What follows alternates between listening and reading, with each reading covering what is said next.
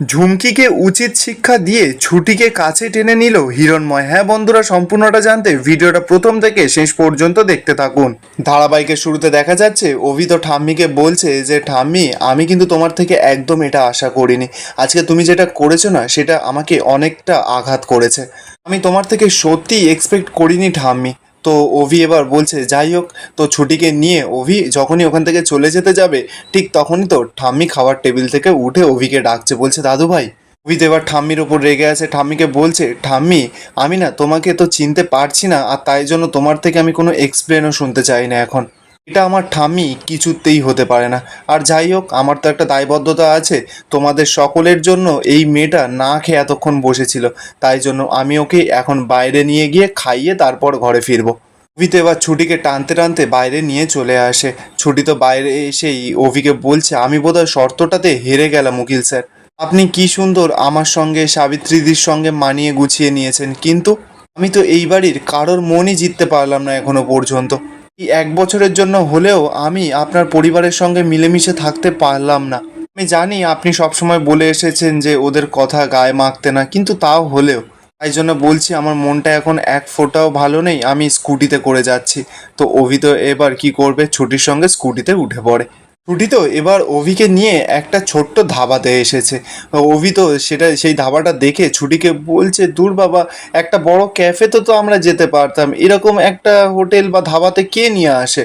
ছুটি তো এবার অভির ওপরে রাগ দেখাচ্ছে, বলছে আমার পেটে যেটা সইবে সেটাই তো আমি খাবো, আপনার যদি ইচ্ছে না করে বলুন, তাহলে আমি বাড়ি চলে যাচ্ছি। ছুটি তখনই ছুটিকে বলছে, আপনি কিন্তু শুধু শুধু আমার উপরে রাগ দেখাচ্ছেন।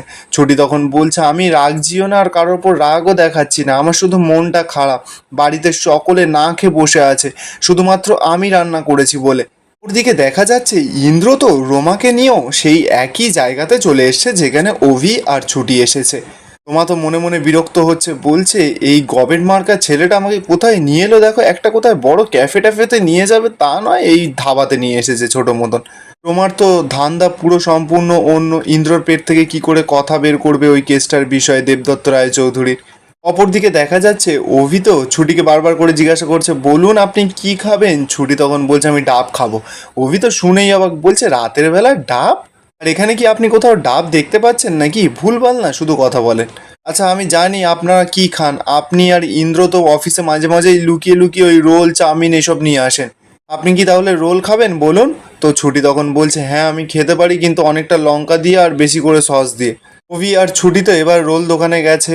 অভি তো রোলের অর্ডার দিয়েছে, ঠিক তখনই ইন্দ্র তো অভিকে দেখতে পেয়ে যায়। অভিকে দেখেই তো ইন্দ্রর পুরো শুকিয়ে গেছে। ইন্দ্র তো সঙ্গে সঙ্গে রোমাকে নিয়ে পাই পাই করে দৌড় মেরেছে, বলছে পালান এখান থেকে। অভি তো এবার আচমকা লক্ষ্য করে পেছন ঘুরতে দেখতে পাচ্ছে যে কাউকে দেখতে পাচ্ছে না। অভি তো এবার চারদিকে চকমক করছে। ছুটি তখনই অভিকে বলছে, আপনি কি কাউকে খুঁজছেন? অভি তখন বলছে, আরে বাবা, এখান থেকে কাউকে যেন একটা কাপেলকে পালাতে দেখলাম। ছুটি তখন বলছে, আপনার কি কেউ চেনাশোনা কেউ নাকি? অভি তখন বলছে, হ্যাঁ মনে তো হলো চেনাশোনা। অপরদিকে দেখা যাচ্ছে ইন্দ্র তো একটা ফুচকাওয়ালার পেছনে গিয়ে লুকিয়ে পড়েছে। ইন্দ্র তো এবার রোমাকে বলছে, বাবা অভি যদি আজকে আমাকে দেখতে পায় না, পুরো এখানে কচু কাটা করে দেবে। রোমা তো এদিকে মনে মনে বলছে, দেদ বাবা, এটা আবার কি হলো? আমি যে ইন্দ্রর সঙ্গে একটা মিথ্যে সম্পর্ক তৈরি করছি, সেটা তো পুরো পণ্ড হয়ে যাবে দেখতে পাচ্ছি। ছুটি আর অভি তো দেখে নিলে তাহলে পুরো সব কিছু প্ল্যান আমার ভেস্তে যাবে। রোমা এবার ইন্দ্রকে বলছে, চলুন বরঞ্চ আমরা না পালাই। ইন্দ্রও তো ভয়ে আছে, বলছে হ্যাঁ এটাই বেস্ট অপশন। এদিকে দেখা যাচ্ছে অভি তো ছুটির জন্য একটা রোল কিনে ছুটির হাতে ধরিয়ে দিয়েছে। ছুটি তখনই অভিকে বলছে, আপনিও একটা রোল খান তাহলে। অভি তো দেখা যাচ্ছে এদিক ওদিক চকমক করছিল। ঠিক তখনই তো ইন্দ্র আর রোমা যখনই ওখান থেকে পালাতে যাবে, ঠিক তখনই তো অভি দেখতে পেয়ে গেছে। অভি এবার সঙ্গে সঙ্গে ইন্দ্র আর রোমাকে বলছে, এই ওয়েট। ইন্দ্র আর রোমা তো সঙ্গে সঙ্গে ভয়ে দাঁড়িয়ে পড়ে। ওরা দুজনে তো পেছন ঘুরে আছে, তাই অভি ওদের মুখটাও দেখতে পাচ্ছে না। অপরদিকে দেখা যাচ্ছে ঘরের মধ্যে তো শতরূপা সব থালা বাসনগুলো ধুয়ে ফেলেছে, সব মোছামুছি করছে। আর মনে মনে বলছে যে মেয়েটা এত সুন্দর করে সকলের জন্য কষ্ট করে রান্না করলো, আর বাড়ির কেউ মেয়েটার খাবারটা খেলো না। সবার মেয়েটার ওপর এত রাগ, আমি কি মেয়েটাকে সুখী রাখতে পারবো, ভালো রাখতে পারবো? ঠিক তখনই তো সেখানে ঠাম্মি আস্তে আস্তে ভয়ে ভয়ে আসছে। সেই শতরূপাকে বলছে, বৌমা তুমি খেয়েছো? শতরূপা তো এবার মাথাটা নিচু করে চুপ করে আছে। ঠাম্মি তখনই শতরূপাকে বলছে যে, কি হলো বৌমা, বলো তুমি খেয়েছো? শতরূপা তো এবার কাঁদছে আর বলছে, আপনি আমার শাশুড়ি মা হয়েও নিজের মায়ের থেকেও বেশি আগলে রেখেছেন, যত্ন করেছেন, আর আমি তো এই মাটাকেই চিনি। শতরূপা তো এবার কাঁদতে কাঁদতে ঠাম্মির পুরো কাছে গেছে, ঠাম্মির কাঁধে হাত রেখে বলছে যে, মা আপনি এতটা বদলে কি করে গেলেন, আমি যে আপনাকে খুব ভালোবাসি, আপনাকে আমি অনেকটা সম্মান করি, আমি হাত জোড় করে আপনাকে বলছি মা, আপনি যেটা করছেন সেটা কিন্তু একদমই আপনাকে মানায় না। আপনার নাতি ভালো নেই, কেউ ভালো নেই, আমরা কেউ ভালো নেই, আপনিও কি ভালো আছেন মা? আমি তো কাঁদতে কাঁদতে এবার শতরূপাকে বলছে, বৌমা তুমি এক্ষুনি অভিকে একটা ফোন করো না, সেই কখন ছেলেটা বেরিয়েছে এত রাতে। শতরূপা তো এবার কাঁদতে কাঁদতে বলছে যে, আপনি আপনার নাতিকে চেনেন না, ও কি এখন আমার ফোনটা ধরবে? ও এখন ছুটিকে পুরোপুরি পেট ভরে খাওয়াবে, তারপর ওকে নিয়ে বাড়িতে ফিরে আসবে। ঠাম্মি তো এবার যখনই ওখান থেকে চলে যেতে যাবে, শতরূপা তো তখন কাঁদতে কাঁদতে ঠাম্মিকে বলছে, মা আমি যেই কথাগুলো বললাম সেগুলো একটু ভেবে দেখবেন। আপনি স্নেহ করছেন সেটা খুব ভালো কথা, কিন্তু স্নেহেতে এতটা অন্ধ হয়ে যাবেন না যে ঠিক ভুলের বিচারটাই করা ভুলে যাবেন।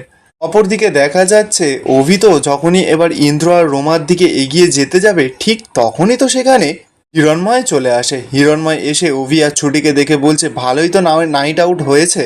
ছুটি তো এবার হিরণময়কে দেখে খুব খুশি হয়ে যায়।